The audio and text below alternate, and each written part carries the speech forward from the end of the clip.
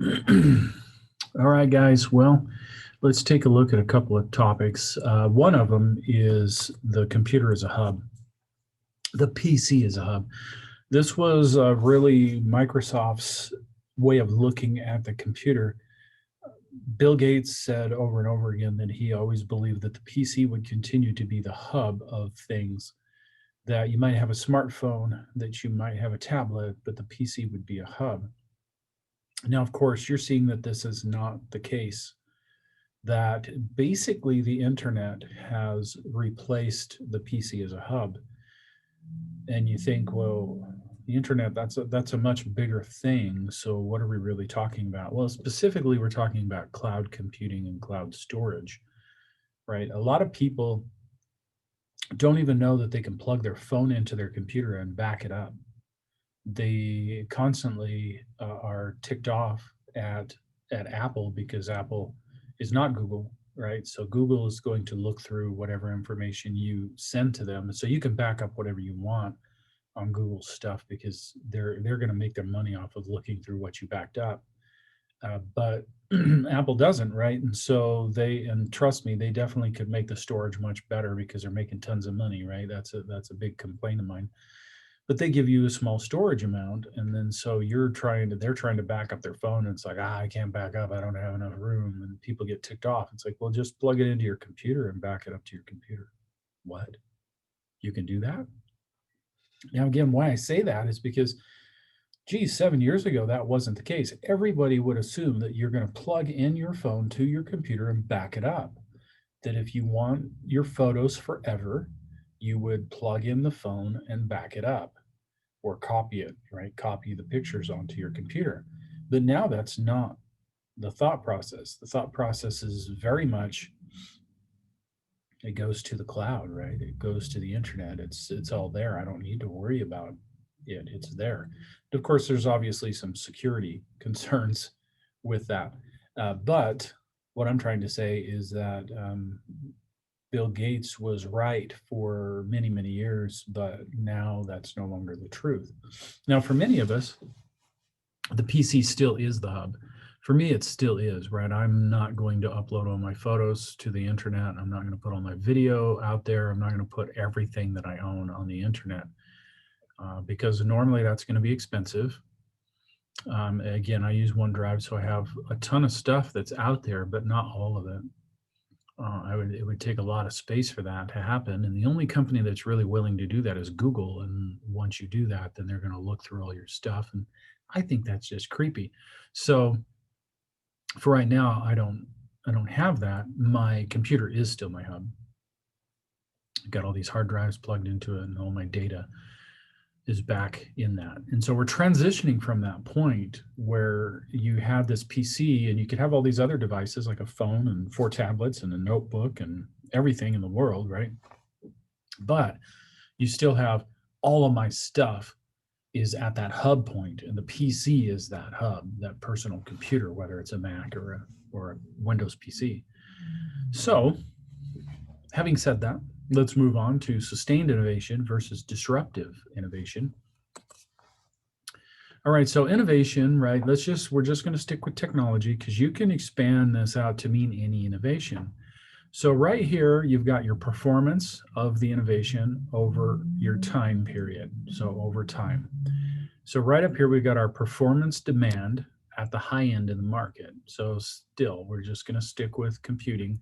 So let's put your phone right there with that, right? Let's put your phone on this line.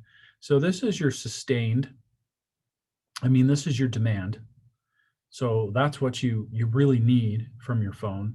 And then you have your progress due to sustained innovation. So incremental innovation is what we're talking about. That processor gets a little better, a little better, a little better, a little better. And then finally, you cross this point. And now your progress in sustained innovation has made your high-end demand, right, lower than what you're actually doing. Now, I include this now because honestly, I should have seen this shift to mobile coming. And I tell students all the time, you may not have a tablet and you may not see much need for one. And of course, I tell people they're silly if you don't have one. They're incredibly powerful. They do just pretty much everything you want to do. And the only reason to ever have a notebook, which I do, I have a notebook, is so that you can have some kind of compatibility that you may need, or 98% of what I do is on my tablet, and I never need my notebook. Although right now I'm using my notebook to do this video.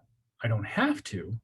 I could use my tablet, but I like using different stuff. So anyway, I should have seen that, we had this demand on our PC, like how much processing power do we really need? And we had this sustained progress through Intel and AMD, and we got past this point, and we got beyond it. Once we got beyond it, and I was like, well, computers, you can have a 5-year-old computer and it'll still do pretty much everything you want it to do. Once that happened, I should have saw, wait, something disruptive is going to happen. Something is going to happen. And I should have been looking at those mobile processors. So I'm talking about years and years and years before any of these smartphones would have existed. Well, the smartphones we use, I was using a smartphone, but what was limiting it? The processor mainly. I mean, power was a problem as well. Screen resolutions weren't that great. There was lots of things that were going to not be so good. However, if it had that core processor power, the apps wouldn't have been so limited, right? So right here, if we're looking at this is the standard PC processor, the sustained innovation, this would be the mobile processor, the ARM business, the RISC-V business, the Apple custom chip business. They're all running on the same type of thing.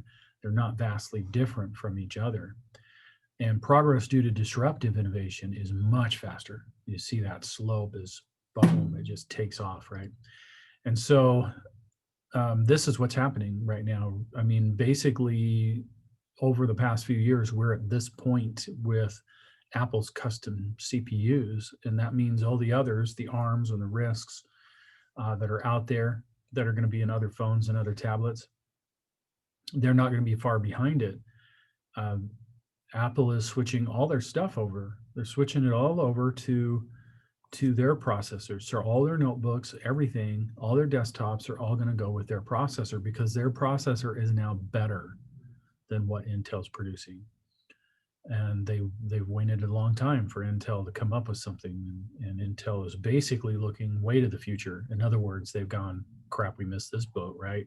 So we'll jump way over, and hopefully we can survive the gap of people no longer buying our processors. We'll see what happens. But yeah, this last event, when they released their phone and their upped iPad Air, they pretty much told everybody, hey, this is faster than i7 notebooks. So that means, seriously, if you make a notebook, you can just put in 2 of those, right? You can just double what you're doing, and now you have a processor that's twice as fast as an i7 running in your Mac. And that's disruptive innovation. Now, there's also, of course, disruptive innovation that's totally different, like quantum computing and things like that. So you can apply this sustaining innovation and disruptive innovation to anything in this chart, and it pretty much holds true. The thing is that when you're sustaining innovation, we're going to look at another curve here in a minute. I think I'll wait for that particular curve. So let me pause this and pull up the other information, and we'll talk about how that affects stuff.